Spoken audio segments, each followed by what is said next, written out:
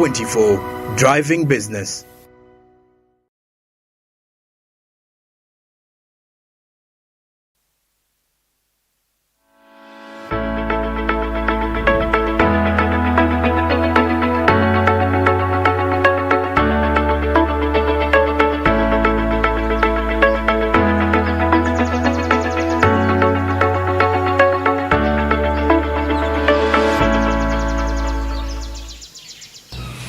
Welcome back from the break. You're still watching Smart Means Business, and I'm Joram Paul Sonko in here.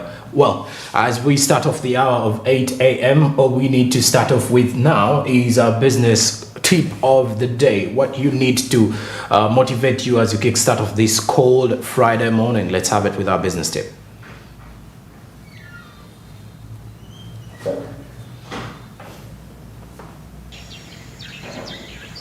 The business tip says push for a decision. Maybe it's a terrible place to be. It's not good for you and it's not good for the customer. You're left unsure if the customer is or will ever be ready to buy. And the customer is in limbo waiting for a solution. When you know that the prospects have enough information to make a decision, push them to make one.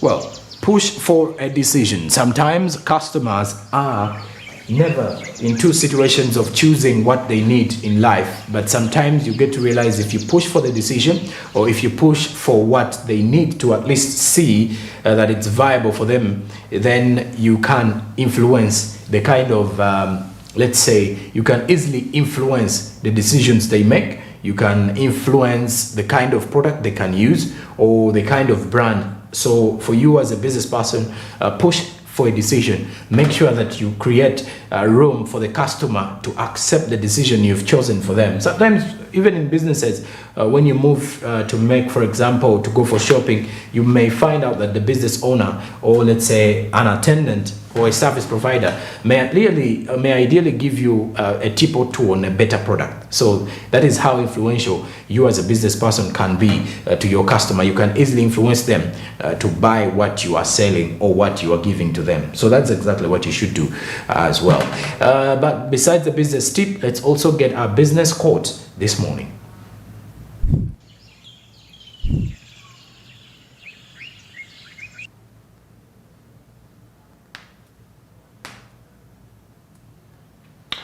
And Heather Breast, the CEO of Mylan, says there is simply no substitute for hard work when it comes to achieving success.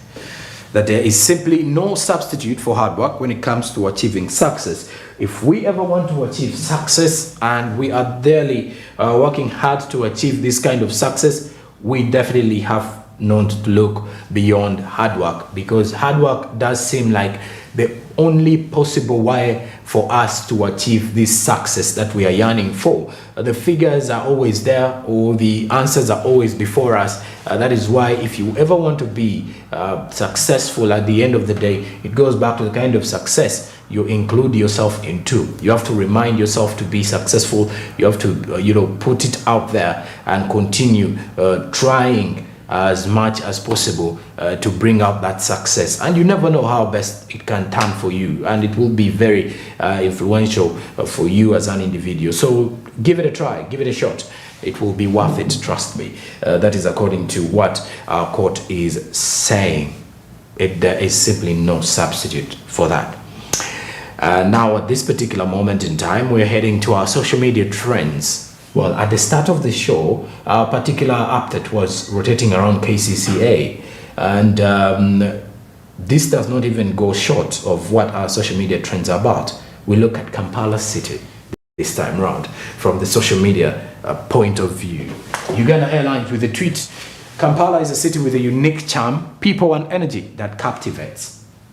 Its architecture is a mix of modern skyscrapers and traditional structures that reflect the city's rich history and culture. Its beauty is an experience not to be missed. Hashtag Fly Uganda Airlines rather. So that's a tweet from the Uganda Airlines Twitter. Elia Ichiriza at Ichiriza says that the day you find a poor farmer bent under the 2 p.m. scorching sun using her already wrinkled fingers to weed, it starts making little sense tipping these Kampala waiters and waitresses. Well, it's more like he's trying to say that the hard work is done by the farmers out there that we never recognize. And the Ministry of Energy and Mineral Development, with a tweet that Minister Honorable Dr. Ruth Nankabira Sentamu is addressing the media on the upcoming African Nuclear Business Platform in Kampala, which will be between 14th to the 17th, 2023. The media briefing was at Amber House in Kampala. That was one of the reports that were running in our news recap today from 6:30 to 7 a.m. So do make it a deal to always kickstart off the show with us from 6:30 to 7 a.m. with the news recap. Larry Mador with a tweet: greetings from Kampala, Africa's greatest city. That was more of a question, and clearly with the kind of observation, with the kind of imagery he used, is clearly show the green cover in Kampala. Samuel De Santos at Samuel_De Santos says, when you get lost in Kampala and you see Mapera, that is more like someone who is new to the city or not used to the city, and you get to see a building that can easily take you to your final destination. Now, Alan Senyonga at Sojo81 says, imagine the impact of reliable passenger service between Kampala and Mukono.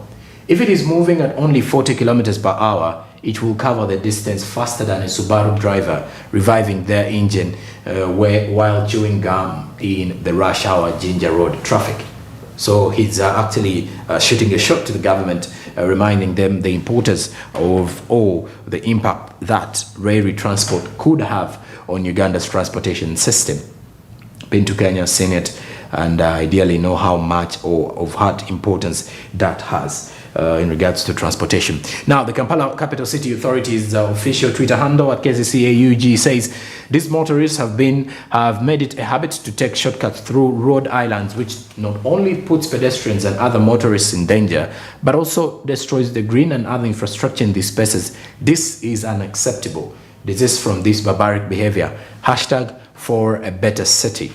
Well, by the look of things, KCCA is not happy with the kind of invasion that the border riders and motorists, especially within the city, evade or take shortcuts through the road islands, which are definitely put there to separate these particular vehicles. Now, Paul O'Mara, with a huge concern at Paul O'Mara 19, says the youth unemployment and criminality have no bounds in Kampala City. Just within few moments this morning, with lightning speed, they came and took away my driving mirrors under my watch and disappeared in 2 narrow corridors before I reached Mukwano Industries at KCCAUG WRU. It's more like he's asking, what is not happening now? And that is around the access road, by the look of things, where he was robbed clean of his particular robbed of his driving mirrors. And some people have actually also been losing their headlamps as well during the same course of the traffic jam. And it's something that is very dominant lately, or something that is really common as of now. First it was the people who own Mercedes-Benz type of vehicles, but now it does seem like it's a new business in town. Someone just comes up, takes off your headlamp or driving mirror, whatever you can call it, and then they're running within the corridors. The next thing you see them putting it into your shirt, and that is how you find your your headlamp, or pretty much more of your driving mirror or your side mirror in a mechanic's store, and then ask yourself questions: how did it reach there?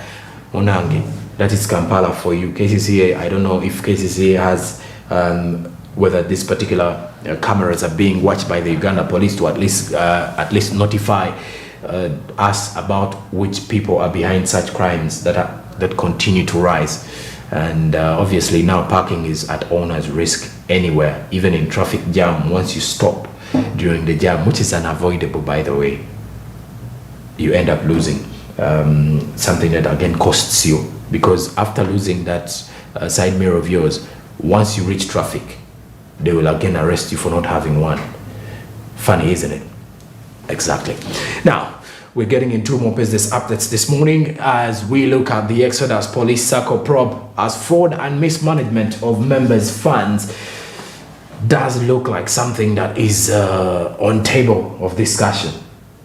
sometimes, according to what is coming in from here, the Vice Chair, Defense Committee, Honorable Milton Muoma, says the savings of the police SACCO should be accessed anytime, not twice a year as it is for now, because the police officers who belong to this particular SACCO also have emergencies and issues, and SACCOs sometimes are supposed to at least help them out in such cases. But remember, SACCOs always have terms and conditions that are supposed to be complied with, and by the time you enter it, you have to follow or you have to accept these conditions, and because they are laid for everybody who's part of this SACCO to at least follow them.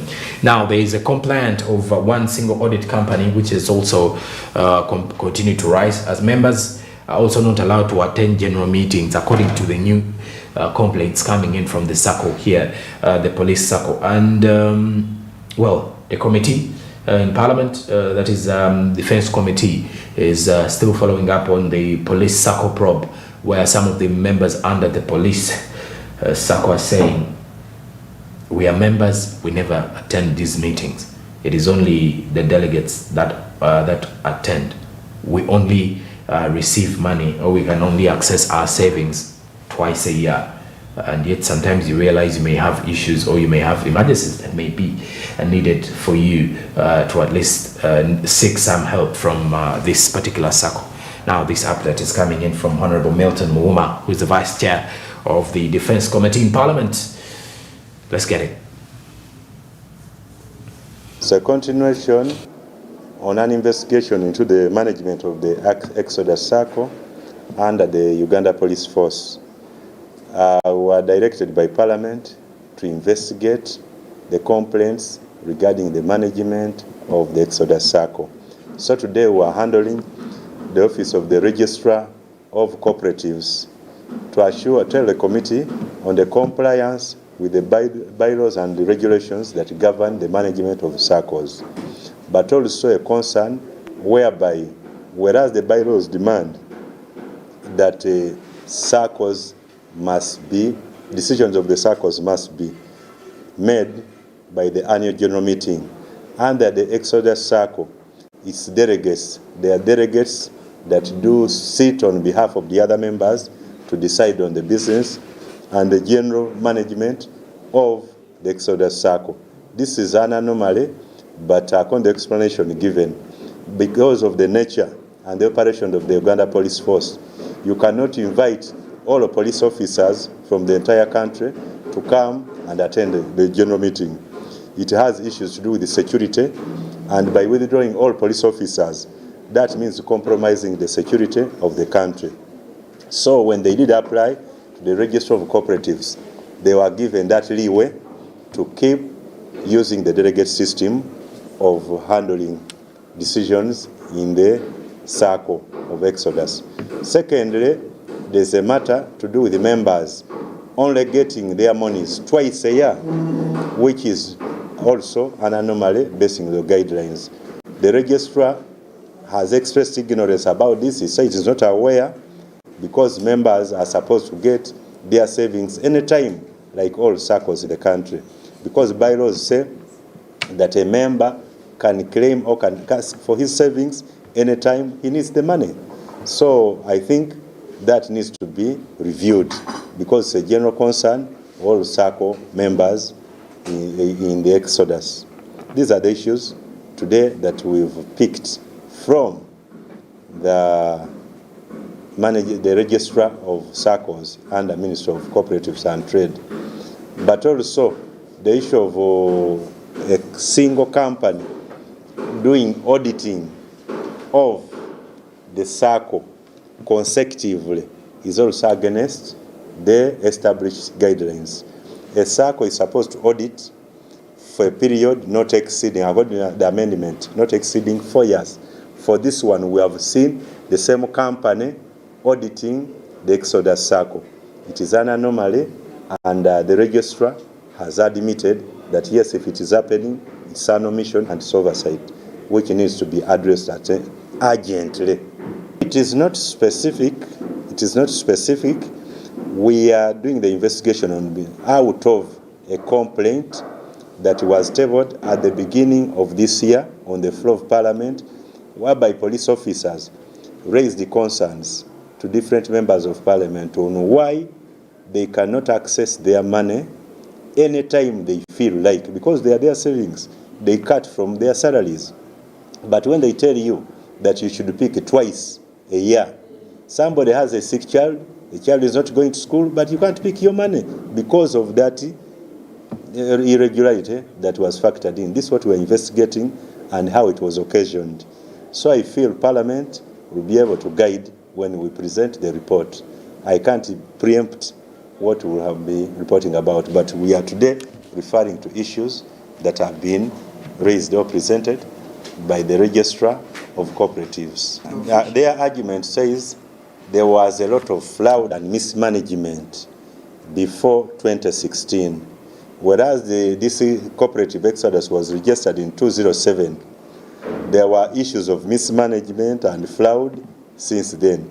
So in 2016, there was a decision taken, or a cut-off point, for them to be able to address the managerial challenges that were affecting the Exodus Circle. So from then, a new management was put in place, so they put a ban on access to finances. Even the AGM was suspended to first address managerial and administrative challenges. These are, I think I'll be preemptive on our findings. However, their admissions, the auditors were saying they got a waiver from the cooperatives, that is the Registrar of Cooperatives and the Ministry, to allow them keep auditing the Exodus Circle. According to the Registrar, he says no, they were expressing ignorance of giving this waiver because there are set guidelines and regulations. How many times an audit firm should audit given circles? They are supposed, after a given period, for now the amendment talks of 4 years, they are supposed to recommend another company and another audit firm that should be doing this. But here it is seen that consecutively the same audit firm has been doing this, which is an anomaly, and the registrar has admitted. All right, and of course, with this kind of discussion to do with the circles, joined in now by Marije Andrew. Good morning, Andrew. Good morning, Joe. How are you? I'm okay. It's a cold Friday. It's quite cold, but you know, surprisingly, some areas seem to be too cold, others seem to be mild. Yeah, it's quite, that's the and interesting the temperatures have started rising lately. Yeah. But besides that, now, by the look of things here, MPs were questioning the police bosses just recently on the management of Exodus Circle. Yeah. And this is a circle that is generally, you know, in there. It's an Exodus Savings and Cooperatives group, which is mainly for the police. Yeah, for the police. For the police officers, the people within police entirely. Of course, some of the police officers, the low-ranked officers as well, had their grievances with the fact that they cannot access their funds when they need to. Yeah, that's very unfair for sure. And remember, sometimes when you hear of reports that government has delayed salaries, you may wish to at least get some financial assistance from the circle that you belong to. Yeah, of course, definitely. I mean, the circle is your first priority, you know, in this case. And you know, it's very absurd that this is police, you know. I mean, these are some of the agencies that really need to be given the ultimate attention in any country when it comes to money, you know. No wonder you get to see so many crimes, you know, happening at the end of the day. I mean, definitely. What do you really expect, and how? Okay, even though, you know, I'll say, even though some people say they participate in crime, okay, which is okay, but even though they don't participate, how are they going to get the guts to protect you when such instances are happening? You know, it's very interesting and funny how everything is out of mess. You know, all sources of money collection center are in, you know, literally people of selfish interests, you know, trying to do that, and you know, accessing, and you know, it's common with so many circles. They tell you that, you know, you can only access your money once a year. You know, you come to them, I mean, have something very urgent, and they tell you, you know what, we lent out your money, you know, twice a year. Yeah. But I'm told when it comes to the parliament, it's a different case. You know, you can access your money and anytime you wish.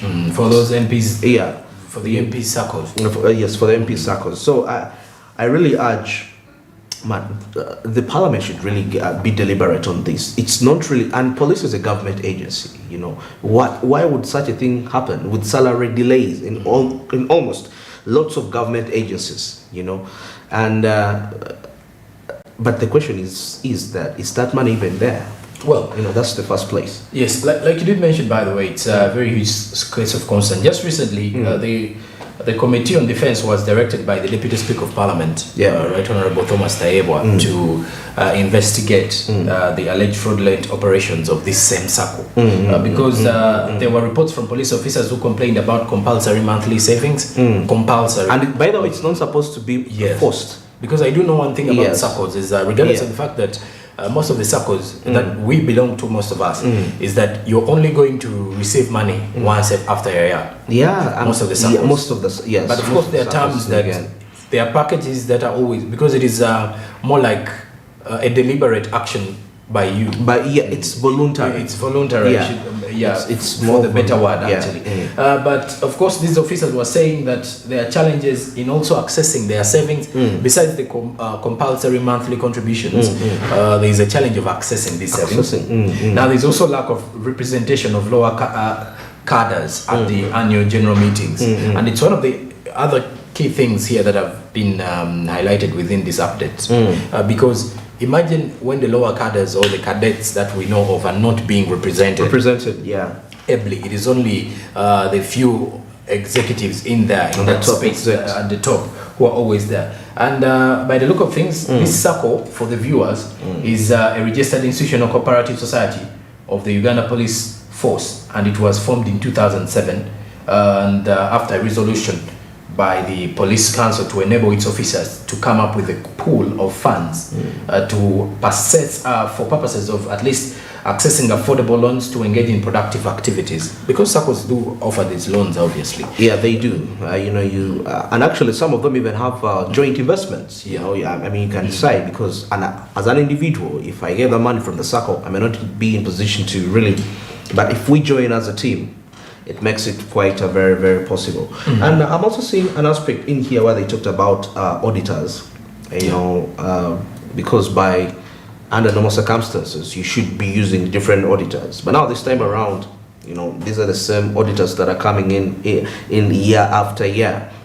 And now the challenge comes in: how sure am I as a cop? This auditor is giving us the auditing, that is the auditing report is giving us. It's very right. It's very right. All right. I understand. Yeah. I've actually seen this. Even companies, private companies, use two auditors. They may do an internal and then pay for an external facilitator to come through and edit. And even next time when the external comes, is a different person compared to because they want to compare and see if they see the same figures, or there is something else, or there is something that needs to be more tracked.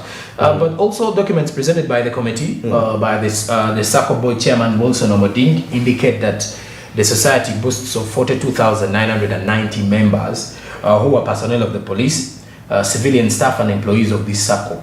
That is the Exodus Police SACCO. Now, the biggest number of members are police constables, totaling up to 24,695, which is a 57.44% of representation. And these are followed by senior police constables, who total up to 7,202, 16.75% of that.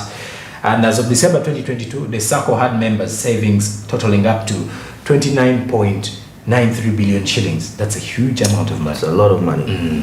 And these are loans, and the loans to members of the SACCO totaled up to 31.05 billion. Total assets of 52.99 billion, the share capital of 9.19 billion, and a surplus of 3.71 billion shillings.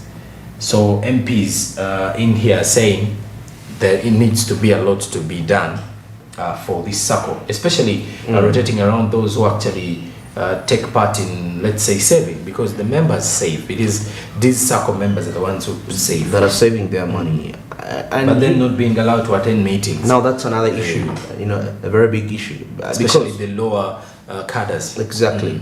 I mean, what is that you're hiding? I mean, I'm giving him my money. I'm entitled to know how far we've reached. Because in such meetings, you're saying now, we have this amount of money, we've spent this, and probably this is what we're planning to do.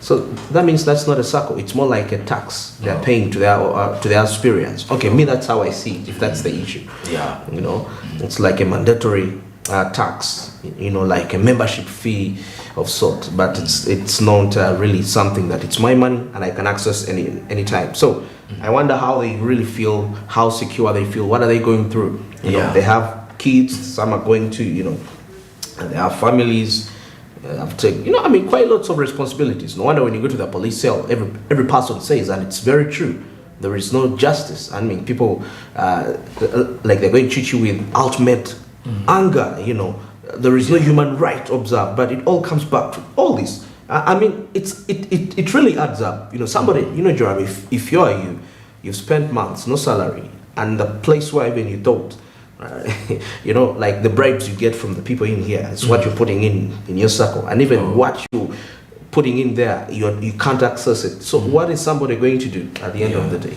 And of course, some of the other key findings, or what has been arising as the sort of the grievancy, includes complaints of one single audit company, like Marie-Jane has been mentioning, that have continued to rise. These complaints saying, why do we have only one auditor or one auditing firm in the SACCO? Then members not attending, not all members attend the general meetings, a few only. Then there's also fraud issues and mismanagement of these funds, according to what the report by the Defense Committee has found out. Then also some of the other recommendations includes savings being accessed anytime, not only twice a year, in order to make it possible for the officers under the SACCO to benefit from it. Well, to all the officers out there, besides the fact that you belong to that SACCO or any other person that belongs to that SACCO, there is also another advantage for you to invest and save at the same time. So you're saving for investment. All you need to do today is open up an account with Zabu. *292# is the USSD code that you can use, and you'll see changes within your kind of atmosphere or your kind of setting. It is all going back to you and how ready you can be to strike a deal in investment. Well, the better part here is that with the government bonds, for example, you only need a minimum of 15,000 Ugandan shillings to kickstart off your investment, and all you need is registration with your national identification number. That's simple, no registration fee whatsoever. So these markets open at 8:15 a.m. and their closing time is 3:15 p.m. East African Standard Time. They are only fully closed during the weekends and on public holidays. Zabu, my money, my future. It is powered by Otex East Africa, which says do something new. You're still watching Smart Means Business. After the break, we have sports business coming up shortly. The latest from the Vipers saga, sacking head coach who has been in office for only 2 months, and of course the latest from the international scene as well. And Barija Andrew is here still, and he will be bringing you the latest from the entertainment business. Something to do with the Terminator movies, and obviously rotating around something to do with Kanye and his Yeezy deal with Adidas. Stick around, there's more to come.